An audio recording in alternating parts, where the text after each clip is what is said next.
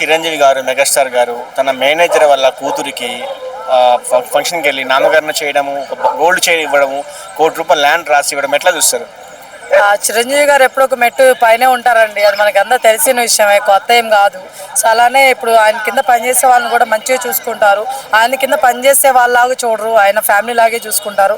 So అలాగా పాప అనుకుంటాను, అక్కడ అమ్మాయి పాప అనుకుంటాను. సో కూతురు కాబట్టి ఈయన కూడా ఒక మనోరాలు ఉంది కాబట్టి సో అదే ప్రేమతో అదే ఇదితో నా మనోరాలే కదా అన్నట్టుగానే అక్కడ ఇవ్వడం జరిగింది. అమౌంట్ కానీ లేకపోతే చైన్ కానీ లేకపోతే ఏదైనా గిఫ్ట్ ఏదైనా సరే. సో ఆయన మంచితనం అనేది ఎప్పుడు ఉంటుందండి. ఆయన మంచితనం కొంతమంది బయట తీసుకురారు, కొంతమంది బయట పడుతుంది. సో మాకైతే తెలుసు ఆయన మంచి ఎప్పుడు చేస్తూనే ఉంటారని. సో అలాంటి మెగాస్టార్ గారు ఎప్పుడు మంచిగా ఉండాలి, బాగుండాలని కోరుకుంటున్నానండి. నిజంగా ఇలానే చాలా హెల్ప్ కూడా చేయాలని కోరుకుంటున్నాను. ఇదొకటే కాదండి, మనకి బ్లడ్ బ్యాంక్ అవ్వచ్చు, ఇంకా చాలా చాలా చాలా చేస్తారు. సో అవన్నీ చెప్పుకునేవి కాదండి, చాలా చాలా ఉన్నాయి.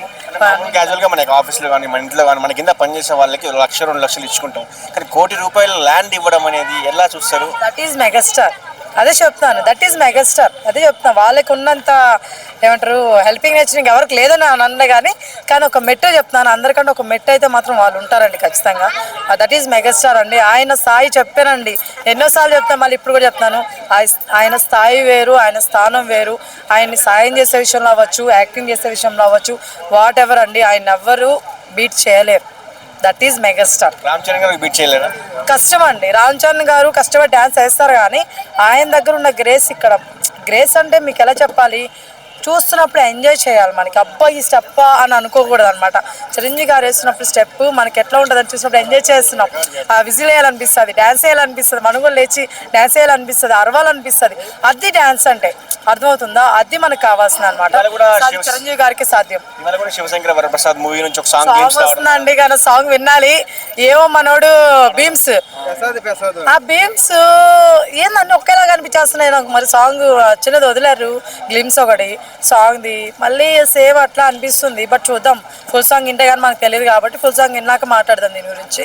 బట్ స్టార్టింగ్ మాత్రం నాకైతే ఏంట్రా బాబు మళ్ళీ అదేనా అన్నట్టు అనిపించిందండి.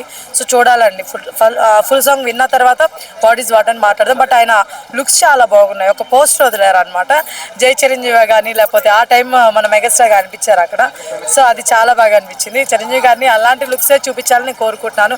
నెట్ ఇంకేమన్నా ఉంటే అనిల్ రావుపూడి గారు మా చిరంజీవి గారితో ఒక లుంగి కట్టేసి మా మాస్ చిరంజీవి గారిని తీసుకురావాలని కోరుకుంటున్నాను. అలాంటి ఏదైనా సరే చిన్న ఒక 1 minute బిట్ అయినా పెట్టండి, డ్యాన్స్ వేయించండి ప్లీజ్. వీ వాంట్ అనమాట the type of mass megastar please. Yes.